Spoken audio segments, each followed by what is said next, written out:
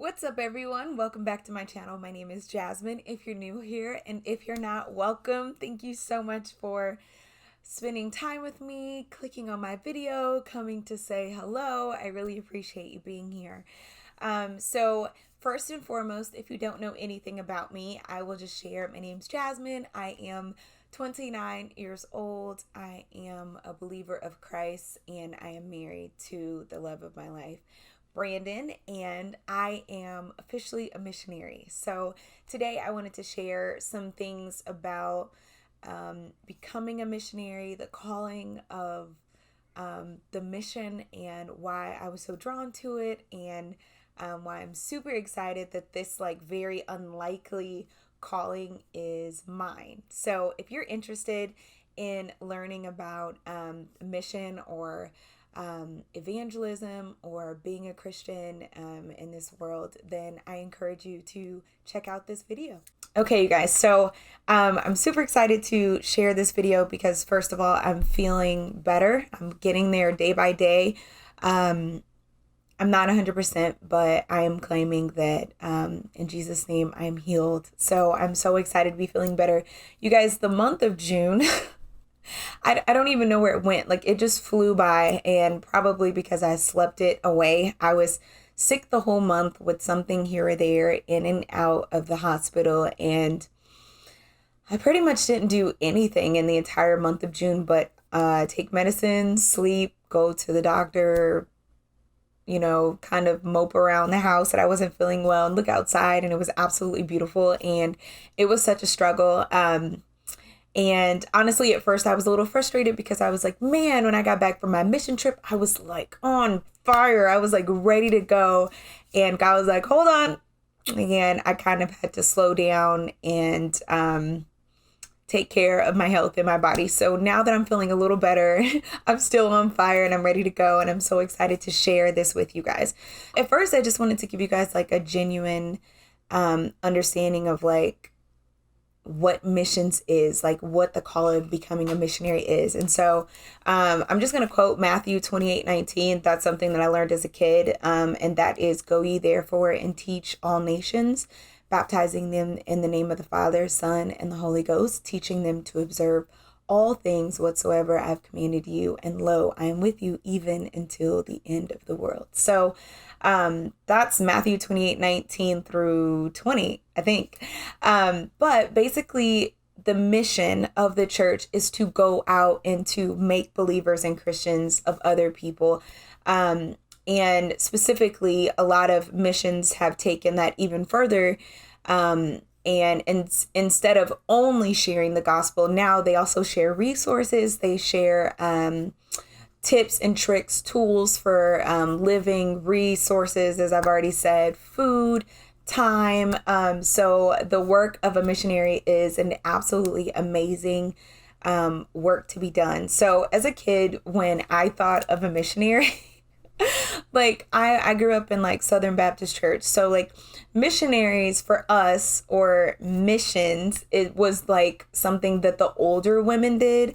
And every fifth Sunday, they'd wear their all white suits and stockings, and they would just talk about what the mission of the church is. And so they'd collect canned food items, or they do donations, and that's what was considered the mission of the church. As a kid, that was not alluring to me at all. So as I got a little older, my aunt, she is prophetic, y'all, and she just be speaking things into existence. And at first I was just, I was young and I was immature in my walk. And so I really struggled with, and still to this day, I kind of struggle with what a lot of other people struggle with. And that is that you think that a certain calling means you have to do it a certain way or look a certain way. I grew up very structured. And so I thought A plus B equals C. And there was no other way of flipping that around. I thought things had to be done a certain way. I had to carry myself a certain way, look a certain way, talk a certain way. And as I've gained a stronger relationship with the Lord, and I've grown, I've learned that structure and tradition is very important.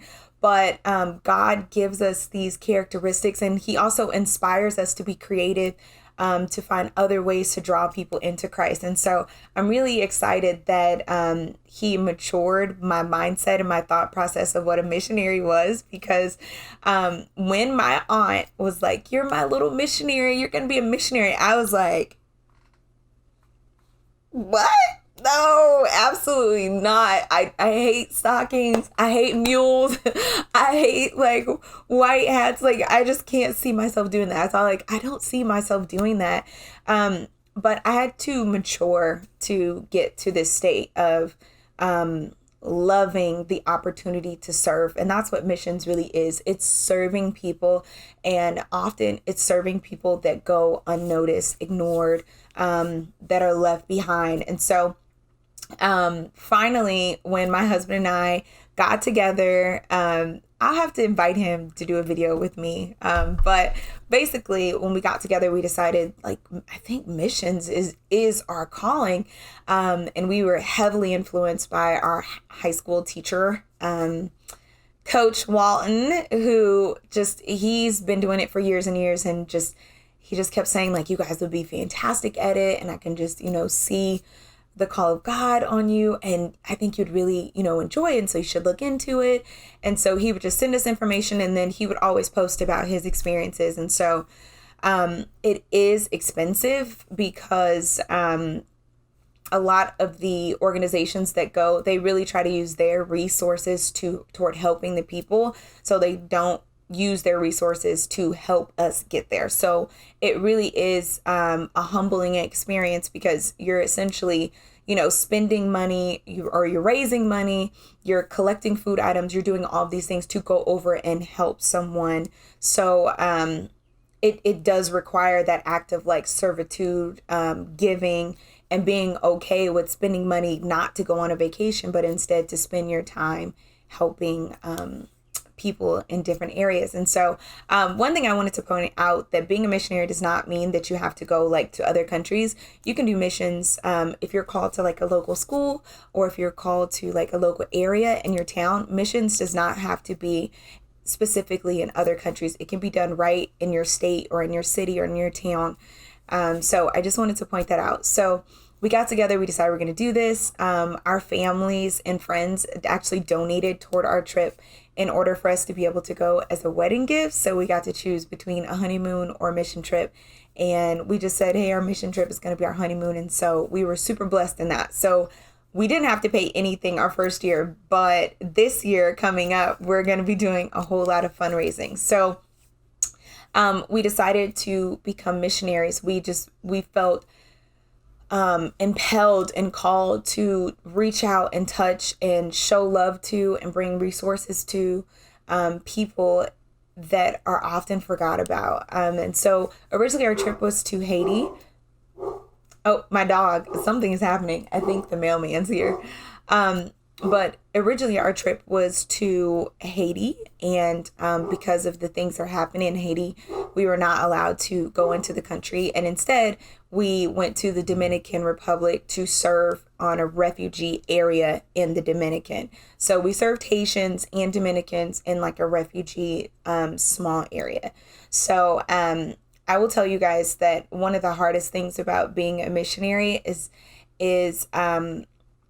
you really have to mature in your faith very, very quickly, because initially as a Westerner, as an American, you go into these countries and you want to throw money at their problems. You want to just like, okay, we'll rebuild this. I'll fix all of this and it's going to make things better. And you really have to go with the mind of Christ, that I'm going here, and in whatever way God calls me to move, that's what I'm going to do. So if God just calls me to sit here with an elderly person and hold their hand and just love them and encourage them and talk the Bible with them the entire time, then I went and did what God called me to do. And so in my first year, you guys, it was super, super hard, because we did a lot of what's called strategic ministry time, which just meant going house to house, asking people if they need help with building or fixing things in their homes, and just sitting down and learning about them, building relationships, and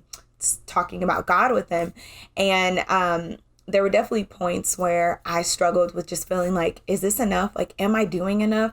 Should I be giving them money? Like, should I be giving them food? Like, should I be giving them water? Like, is this enough? And the answer is yes, it's enough. Spreading the gospel of Jesus Christ, sitting down and showing someone love versus throwing money, versus throwing, new buildings at the problem is enough. People need to know, and they need to understand that love is enough. Just showing someone genuine care and concern is a big deal to them. They know that you're coming from a far distance. They know that you spent a lot of money just to be there and spend time with them, and they appreciate that so much. I think one of the coolest things about our trip was that they're not materialistic people at all. In the United States, you guys know, our country is just we are materialistic people. We don't believe that, God is really doing something or really favoring somebody's life unless they're financially, able to do stuff, unless they get what they want, unless their life is just like perfection, often you hear people like very immaturely say like, oh yeah, I got a new car, the favor of God, like God is favoring me. Like, oh yeah, look at our lifestyle, God is favoring me. Like Western European countries tend to relate the favor of God and the love of God with money and materialistic things. And when we don't get what we want, and when we don't end up like in this perfect situation, new job, whatever the case is, and things don't go our way, then we equate it with like God is mad at us or God is not favoring us, which is like it's such an elementary way of really understanding who God is. And it's so cool to see these people who have absolutely nothing. They really embrace love and genuine time connection with people.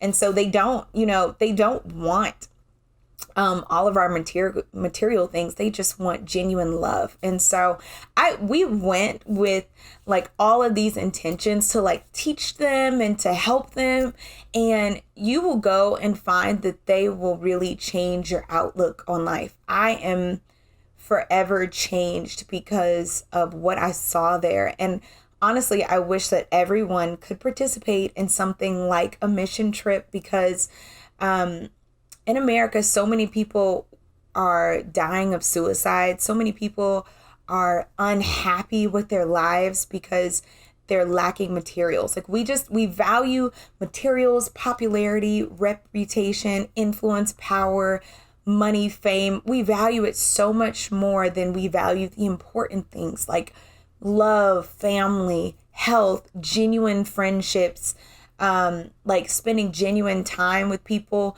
We just don't value that as much as they do. And so I came back with such a sense of like appreciation for what I had materialistically, but I cared more, and I care more now about the genuine things that I have, the relationship with God that I have, when I wake up in the morning and my husband and I are happy, and we're dancing in the kitchen together, and shoot, some of those days we're like, whoo, how are we gonna pay that bill? Like, car broke down again. Looks like we gotta go, we gotta go back to the car shop and get the car fixed again. Or even like last month, I was just sick the entire month, but the joy of the Lord was in my home. My family and friends called to check up on me. They prayed with me, and I didn't have to get on Facebook and say, everybody, I'm sick. Everybody, I'm hurting. Please send out prayers. Like, I called people that I knew would pray with me. I called people that I knew in the second I said, I'm sick, I'm in the hospital, that were going to say, all right, stop what you're doing right now, and we're going to pray.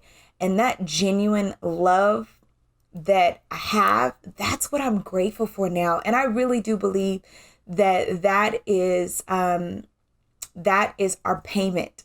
That is our payment. That is our fulfillment that you get from being in missions, is you're able to go and meet these people who really teach you and bring you back to just the fundamental importance of family and community and friendship and love of God and faith of God.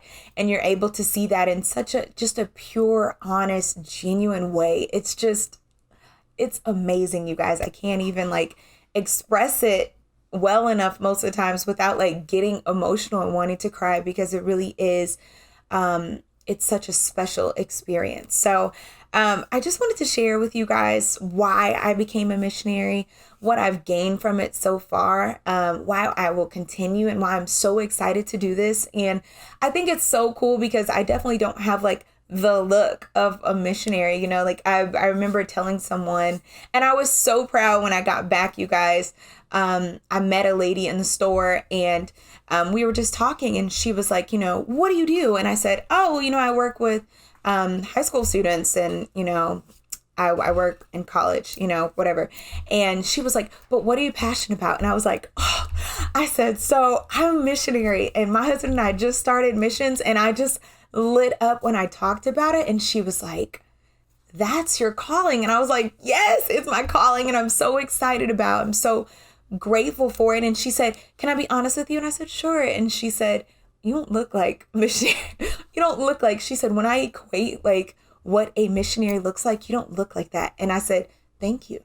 Thank you. I'm so grateful to not look like it. First of all, I'm so grateful to not look like what I've been through. And I'm even more so grateful to not, just to not look like a certain characteristic. I'm happy to not look like I fit into a certain group. And I'm grateful for that, because I don't feel like you need a look. I don't feel like you need money. I don't feel like you need a status to fit in. Like, your gift will make room for you. God's favor will make room for you, not financially, guys. Like, I really want you guys to get past like the elementary thought of like, oh, financially. No, God's grace and God's purpose and plan will make room for you to do incredible things outside of financially, outside of materialistically. I'm talking about spiritually. I'm talking about changing people's lives. I'm talking about sharing the love of God. And so I'm so grateful. She said I didn't look like a missionary. Part of that is like, whoo, I don't look like an old lady. But the other part of it was just excited that maybe if I look a little different than what people perceive it, then maybe I can attract a new group of people to the call of missionary. Maybe I can open their eyes to show them that we're all missionaries, because we are all missionaries. If you are a follower of Christ, if you're a Christian, you are a missionary, and your calling is to bring in others, to share the love of God, to be a genuine support system, to be a part of an amazing community, and to do something unique in the kingdom of God. So I just wanted to share that with you guys today. I'm so excited. I'm still like a little kid in this new phase of like becoming a missionary and learning all these great things, but I'm just so grateful for the opportunity, and I'm so excited about what God is going to do. So I'm going to continue making these really short videos about purpose and calling, and just learning about God. And if you guys have questions, you can leave them in my comments below, and I'd be more than happy to share. I'm also really interested in doing devotionals. I'm working on a little bit of fear right now, because you guys, you guys know how the world is. But if you guys are interested in seeing devotionals, or just learning more about purpose and calling, and being called out into a time as this, and loving God in this day and age, then please let me know below in the comments. I definitely want to do those videos, and I hope that you guys are excited to see them too. So thank you guys so much for watching my video. Please read the description below if you have any questions, or you want to check out my blog post about my missions trip, or if you want to check out any of my videos about my trip. And I will see you guys in the very next video. Have a great day. Bye.